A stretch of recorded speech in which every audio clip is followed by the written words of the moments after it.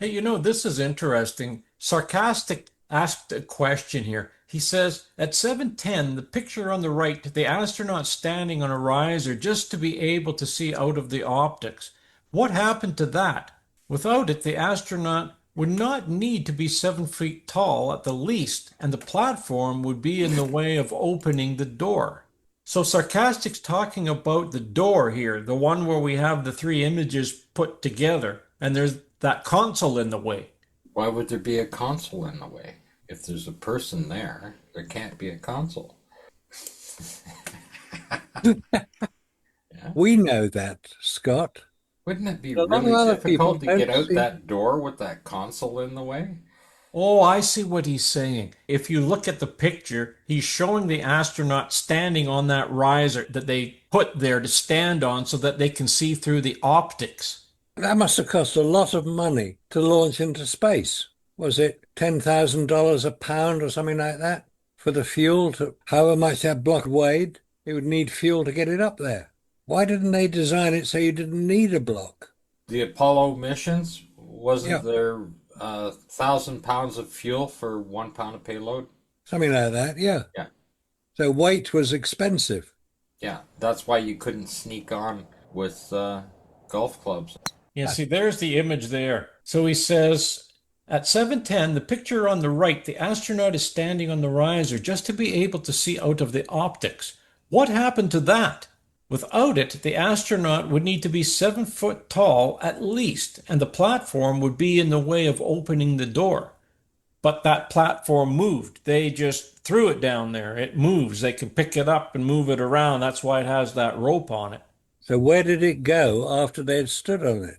Well, maybe it's just like the water tank in the PLSS. I have looked and looked and looked at every diagram in the PDFs and online. I can't find that water tank on the side labeled. They will not label it water tank or spare tank. There's just no labeling for it.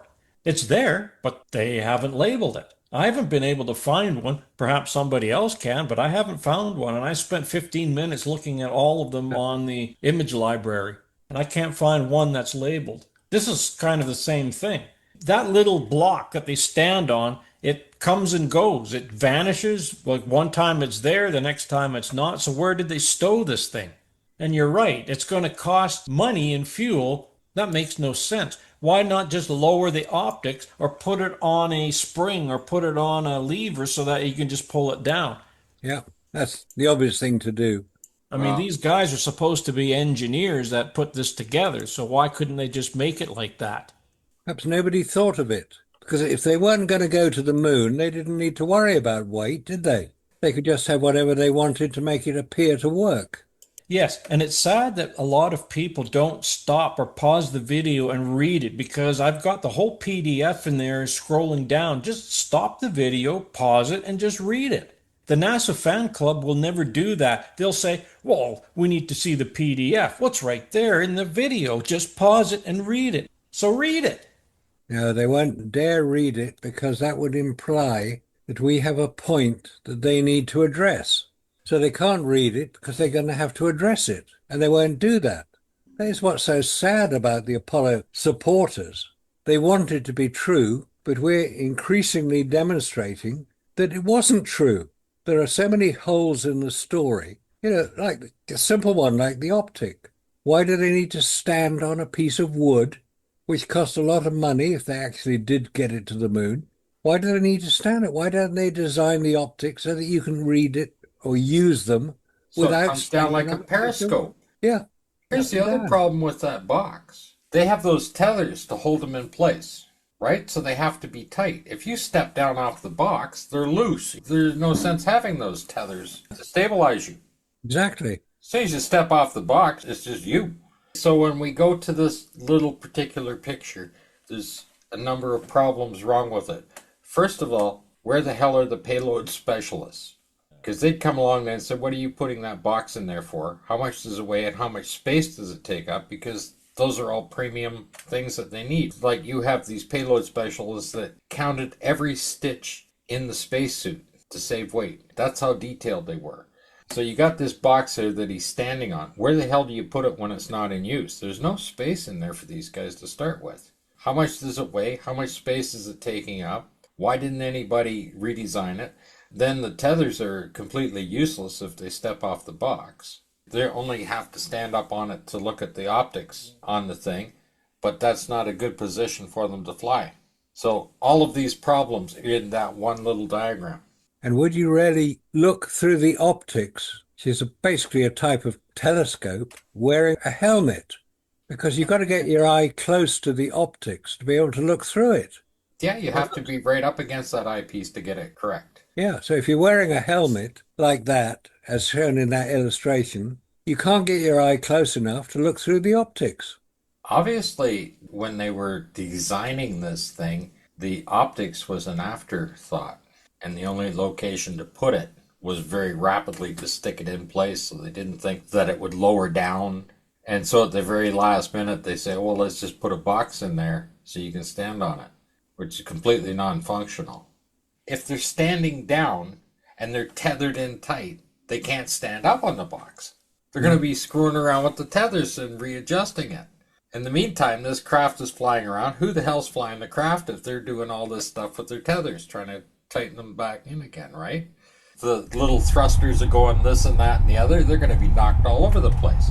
I'm sure they never flew this in any kind of testing because, first of all that was done sitting down. So somebody just put this together for shits and giggles because they realized the distance up to that thing was too high. Maybe why they didn't want James Collier to take a look inside a craft at any God-given time, because they're going to see these things, right? Yeah.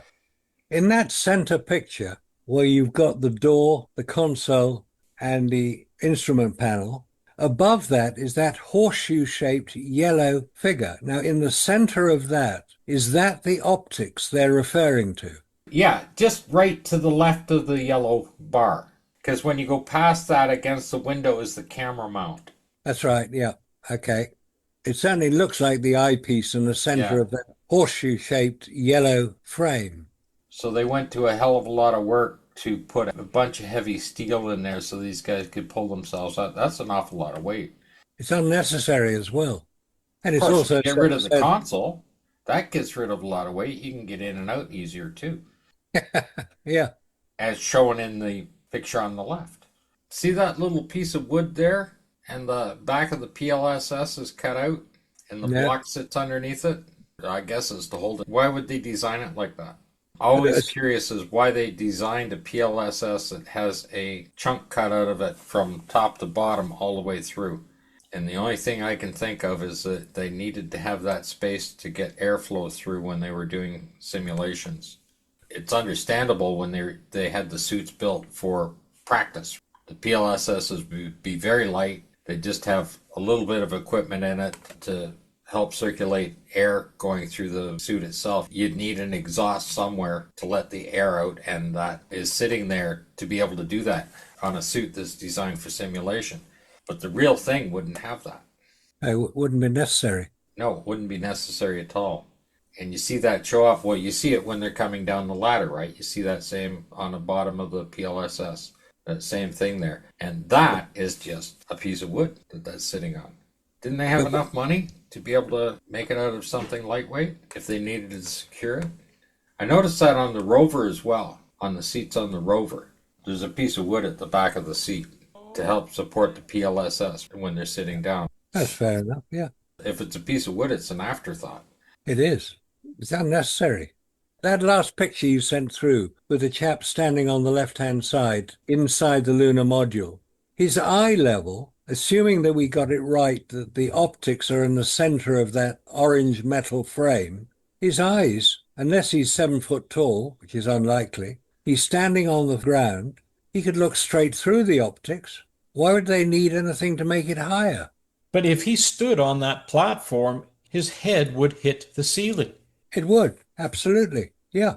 And because we know the dimensions of the inside of the lunar module, I would say he's about the same height, probably 6 foot, as the astronauts. Armstrong and Aldrin were quite average height, but his eyes are directly level with the optics. And he's not standing on anything other than the floor. Look at this. These guys do not need that platform to look out the optics. Well, I'll tell you, that man right there, if you put a PLSS on him, he's not getting out that door. Nobody's getting outside that door with a PLS on. Not when Okay, you've got 36 inches it there, and then it comes up 18 inches to where the engine sits. Now we see Conrad and Bean inside the LEM, and we can clearly see that they are not standing on any platform, and yet they can see the optics just fine. yeah, optics are level with their head, level with the eye. Okay, the 60 astronauts were chosen because they didn't want to make a whole lot of design modifications with the suits. So these guys were 5'10" to 6 feet tall. Neil was 5'11". Everybody was there. I think Buzz was 5'10" or something like that. He was about one of the shortest ones. These guys are standing there in that photograph. Their legs aren't even straight. And his eye level is exactly the same height as the optics. So why do they need anything to stand on? Makes no sense. They don't need anything to stand on. That would be a very bad design flaw of the lunar module. I think you can be reasonably certain that the designers of the lunar module would have taken into account the height of an astronaut in relation to what they needed to use, i.e. the optics or any control panels. And you can see the keypad between Bean and Conrad. It's that little black rectangle. That's a completely different machine. No, I'm looking at the layout of what's inside this machine, the LEM. Because if that's where the console is supposed to be and the door is down below it, see the scrubbers on the right-hand side there? Well, they're not on there. They're down beside the door that they go out. Like they should be down beside the guy in the right. I got pictures. Okay, the one I sent, the scrubbers are on the left-hand side. They'd be banging their heads if they were standing on that box. Yeah, well, when you see that picture where that's being shot from, with those two guys standing there, that's not the same interior. Yeah, the optics is right in between. I've got better pictures here of the interior. That makes two that are at eye level. It's definitely eye level. There's no need to stand on any boxes unless you're a dwarf. Here's the scrubbers are on the left-hand side. The other picture I shot is the right-hand side down, like if you're shooting in the door that they come out of. That's where those two pictures are being taken from. That picture that Robert sent with them there is beside those scrubbers. But that picture is where the engine would be sitting. Yeah, the engine isn't shown there, is it? Why So not? how the hell can you have the scrubbers? You're coming in the door that you're going out of, which is underneath the console. There's the scrubbers on one side. The other side of it's being shown there with an astronaut sitting on the engine. Okay, yeah. Right? He's sitting on the engine. And the picture that Robert sent is showing a photograph taken at the engine level. That can't happen. And you can see it is raised up. Those guys are sitting down there, but those scrubbers are not in that, unless there's more scrubbers. If you see the picture where he's sitting on the engine, you see there is a dial of some kind over there that kind of looks like the dial that's on the other one, except it's got an open vented thing underneath it, and this thing's got a scrubber sitting there. They must have redesigned this a dozen bloody times over. So when you see that picture that you sent with the two astronauts in it, you can see a little bit of the stuff, but it's got a scrubber there. There isn't a scrubber when the guy's sitting on the engine. It's not there. The one little thing is. So what's that semicircular thing right in the foreground with the red covering on it, below the scrubbers? I would have thought that was the engine. No, he's sitting right there and the hatch is directly above his head. So my thing is how the hell do you take a photograph of those two astronauts sitting down, like the one you sent, Robert, with the two astronauts? How do you get that camera there right where the engine is? That's my point. How do you take that picture? Because there's an engine there, and you can't bring the camera back that far to show those scrubbers on the side. If you look at the left in the one I sent, you can see the round thing with the little black bar going across it. You can see that in the other one, and the one I have has a grate below it, and that one has a scrubber below it. But the scrubbers aren't located there. The scrubbers are located off to the... That's almost like there's a fourth wall there that you can't see. Or the whole thing is a mock-up. Is that one of those movie walls that move in and out and up and down and all over the place? Or like, do we have just the artistic license of people with cameras? Is that what we're seeing? I It don't know was, how you get that camera in there. well, that was probably taken by Ralph Morse. That's a real lem because look at the hatch is right above it. Yeah, it is. You're right. That's the hatch through which they entered from the command module. And that's the one they did the stand-up EVA on. That's right. He was standing on the engine cover for the stand-up EVA. So where's the engine cover then? It's just below the hatch. You can see it semicircular with what looks like a bit of red material on top of it, probably so it doesn't scratch the engine cover. But then you look at the one that Conrad is in. Now that hatch is not above the engine cover. Unless that's just an illusion. Anyway, the diagram is highly incorrect for the You're right. height. It has the measurements in there when it rises up and goes back in, and it even says how big the engine cover is on the diagram, which looks approximately, he's sitting on it, right? You can see that. But the single guy that's standing there, that's a simulator. And you can see that if you look up at the top above the plaster wall, they're in a building. Yeah, that's true. I'm saying the single guy, the guy with the jeans on, he's in a simulator. But the simulator should be exactly the same dimensions as any other machine. There shouldn't be any difference in it. Okay, let's look at that diagram where he's showing that he's standing on that platform looking through the optics. Well, the engine cover is 60 centimeters wide. Yeah, which just looks like what he's sitting on. Yes, but then when you look at that other one with Conrad in it, that engine is missing. The engine cover is completely missing. It's too far back. That's Yeah. right, with the two guys in there, there's no engine, is there? No. Now, how's that going to Where work? did the engine go? It went the same way as the console did when Buzz stepped out the door. That's what happened to it. It was a mock-up. Well, that would explain why there's no crater, because there's no engine and there's no console to light the engine. Oh dear, oh dear. And that console is shown quite clearly in the three images. You point at it.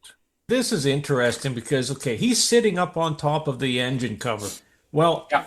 okay, well, that's supposed to be the door that they come out of to go down the ladder with. That square, that door. Well, there's no room for anything here. No, because they got their PLSSs sitting there. No, I get that, but there's still, even if you take that out of the way, how is Buzz Aldrin going to be in that position when there's what, like a 2-foot lip there? 18 inches down. Okay, well, there's 18 inches there. So how the heck can he be in that position when there's 18 inches offset? And then you, on top of that, you have the engine cover right there. Right. So they couldn't possibly get down with the PLS on and go out that door in the position they claim to come out that door in. Oh, there's not a chance. No, because your helmet is going to hit that riser where his feet are sitting. The PLS is 10 inches deep. If the console's another even 10 inches, that's 20 inches. Out of that 36, you only got 60 inches. And you can't arch your back to get around there because you're wearing a PLSS. Your helmet's going to hit up there where the engine cover is. You can't come out that door in the position they came out that door with any of that stuff in there.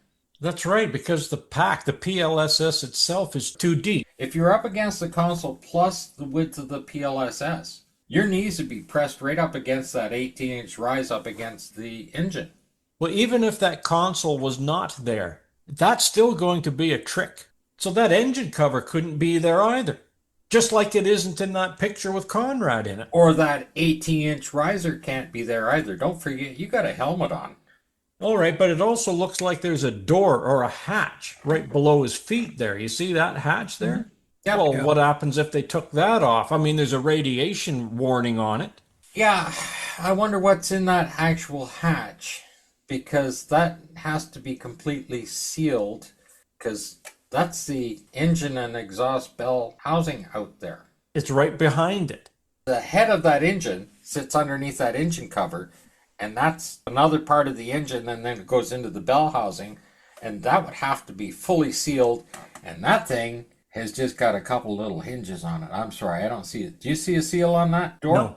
Well, how are they going to keep air in the thing without that sealed up? Well, you know what? That's interesting because the way that radioactive sticker that's pasted onto that door, Those two little clips up at the top look like spring loaded that you go push in, turn, and then pop the panel off. Now, there could be a compartment inside of that. That door is not sealed. No, there could be a tiny little compartment, maybe 2 inches or so in there, but I kind of highly doubt it because the entire engine is behind there. Well, there can't be anything behind there. The engine's taking up all that space. Exactly. That is weird. In that picture you sent through, Scott, the one showing the interior, presumably, of the lunar module, that's got a radioactive sticker below the guy's feet. Yeah. See those 2 feet? I think that is sitting on top of the engine cover. And below that, you've got a radioactive sticker. You've got what looks like a double bed. Presumably it isn't, but it looks like it. And a PLSS at the side. So there's something radioactive being stored in there near to the Can't be. engine. That's where the rest of the engine and the bell housing is. Yeah, exactly. So Because why is that door even there, and why isn't it sealed? There could be a tiny little compartment, maybe 2 inches or so in there. well, presumably the photograph is taken through the door through which the astronauts would subsequently exit. Yeah, that's not a problem, shooting in the door when he's sitting there. It's the other photograph from the other direction that's the problem. Yeah, but if you see beside the radioactive sticker, that black label, I have no idea why it would be there. It's like, as soon as I saw it, I went, it's a boat label. It's a rating that the boat manufacturers have to have that on their boat for commercial sale to show what the gross vehicle weight is, what the boat weighs, what the rated horsepower of a boat is. It has maximum weight it can carry plus the number of passengers. And it's either one or the other. Because if you have four 400-pound guys on board, then you can't have 8 passengers. Well, here's another one that I'm just sending through that just shows that, again, this is Conrad again, and now they're standing right up against that wall. Now look at their eye level to those optics. Exactly Yep. eye level. So there's absolutely no need for that Yeah, platform. that diagram's just totally wrong everywhere, right? That is a real LEM. Look at the windows, look at the hatch, I mean, come on. Yeah, a control panel. A real one for simulations, anyway. Well, it's be good for simulation. It's got a lot of wiring in it. Top left, cold wiring. Well, some of them they really made an effort on the wiring, didn't they? That copper wire is attached to one of those cameras in some of the shots. There's certainly no way you'd need to stand on any box at all to look through those optics. None at all. That's misdirection, Well, misinformation. you have that same problem in the Apollo 11 where the two vehicles are attached. So the top hatch of the LEM, that's what James Collier wanted to measure. I have another one here, and I finally can read the sticker. This is a different one. Caution, radioactive material, toggle switch, manual, contain 6MC, bulk per mandate, AT. Oh, there's a whole bunch of numbers and stuff down here. And get this, and there's a plate just like the Coast Guard one below it. Same place as the previous one. Yeah, toggle switch handles. Contain PU, something, something, and then there's those numbers. Maximum per handle, ATF, MF. And then look at that plate. There's a manufacturer plate right below it. Yeah, well, I'm just finding a couple more things here. Yeah, but there could be a 1 inch or a 2 inch little protrusion behind that, and it is sealed off. We don't know. I don't see how it could be because there's an engine behind there. There can't be that much room. There never was much room in the lunar module. That was the big restricting factor. And don't forget, they had to get inside their spacesuits and check them all out, put the PLSS on, put the helmets on, check out that the thing was not leaking. Well, wasn't there one instance where they were leaking and they had to repressurize again? I read that in one of those, journals. One fellow was saying that they go in, they go out. They go in, they go out. They go in, they go out. Where is the LEM getting all of this oxygen from? They didn't have any extra of anything, and yet in Apollo 11, they forgot to throw out the PLSSs. They depressurized, opened the door, shot them out, and then repressurized it again, and they didn't have enough oxygen to do that. Now there is a manufacturing plate to the right of this door where the caution radioactive material toggle switch handles. Of course, this shows the console I'm trying to find one to show how far it sticks out. But it has a nice start button on it. Like, Staples has an easy button. Well, this one says start right on it, which I thought was hilarious. I'm looking at paint that's worn off and stuff like that. Notice the little nylon rope that they used to tie the wires together. But yeah, that'll give you an idea of what's actually in this machine. That's still interesting or intriguing why there would be a radioactive sticker on that door, especially when there was no radioactive material inside that LM. There is no radioactive anything in there. It's all Yeah. on the outside of the descent stage. Yeah, there's absolutely no way that they could have moved this console around. I'm just looking very carefully at it. It is riveted right in or screwed in with hundreds of screws. It Yeah. sticks out off the wall at least a foot coming in. There's no way. You're going to lose at least 12 inches off of that when you're underneath that door. And another 10 for the PLSS. There's no way you can get out that door. I believe that door measures 32 square, And the door is 3 inches thick. which is a lot thicker than the frame onto which it's supposed to fit. No, that's to allow for that outside insulation that's on it. So that photograph is taken looking through the door underneath the console. So you can see where the engine is, and you can see it's not particularly wide by the engine. I mean, his foot is up. It's maybe 10 inches, something like that. It's the width of a foot. Yeah, and it doesn't matter what photograph you look at. If you study it a little further, you're going to see that there's a problem. Yeah, there is a problem. It just never stops. So that bag, left-hand side of the picture with a handle on top, is that the bag in which they stored their helmets prior to putting them on? As far as I know, they did take the helmets in the lunar module. Obviously, they had to. They had the bubble helmet on takeoff, for sure. They didn't fire it up until they were in orbit around the moon, so-called, right? That'd be the first time that they had the EVA helmet that goes over the bubble helmet and access to the EVA gloves. That was all stored in there, and the PLSS and the OPS were stored in the LEM itself. So if they had a problem in the CSM, they didn't have access to the PLSSs to put on to keep them alive. As soon as they opened the hatch to get from the CSM into the lunar module, they didn't know until they got in that the lunar module was airtight. Presumably it would have to be pressurized to the same level the CSM was, otherwise they couldn't get the door open. That would be a real problem because there would have to be something to equalize it. Because when they took off from Earth, it had 1 Earth atmosphere in it. It would have to be reduced down to 5 psi. As it's taking off, as soon as you're up around 40,000 feet, you've got to be down around 5 psi. And that has to do with the CSM and the LEM itself have to drop to that level. And yeah, they wouldn't know. I mean, that would be quite dangerous. That's like starting at sea level and a couple of minutes later being on top of Mount Everest. Well, I was going to say it'd be like if you didn't know that that thing couldn't hold an atmosphere of any kind if it had a big leak in it. If you didn't know that and you crack the hatch open, it's going to blow open because you're under pressure. And everything that you have for atmosphere is going to be gone. Even if it's into the other vehicle and has to leak out, that's going to be a huge thing. It'd be like being underwater and opening a door, right? And the water comes in. When you're opening the hatch in the lunar module to get out onto the lunar surface, allegedly, the pressure within the lunar module has to be zero because you couldn't get the door open if there was any pressure at all remaining inside the lunar module because the door opened inwards. The pressure against the door would hold it shut, even if it was only a small percentage of atmosphere in there.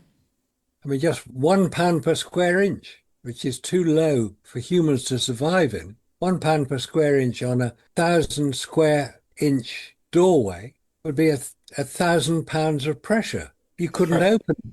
So it'd have to be reduced down to zero. So presumably they would try the door until they could open it, unless they had some sort of gauge inside which told them what the pressure was inside.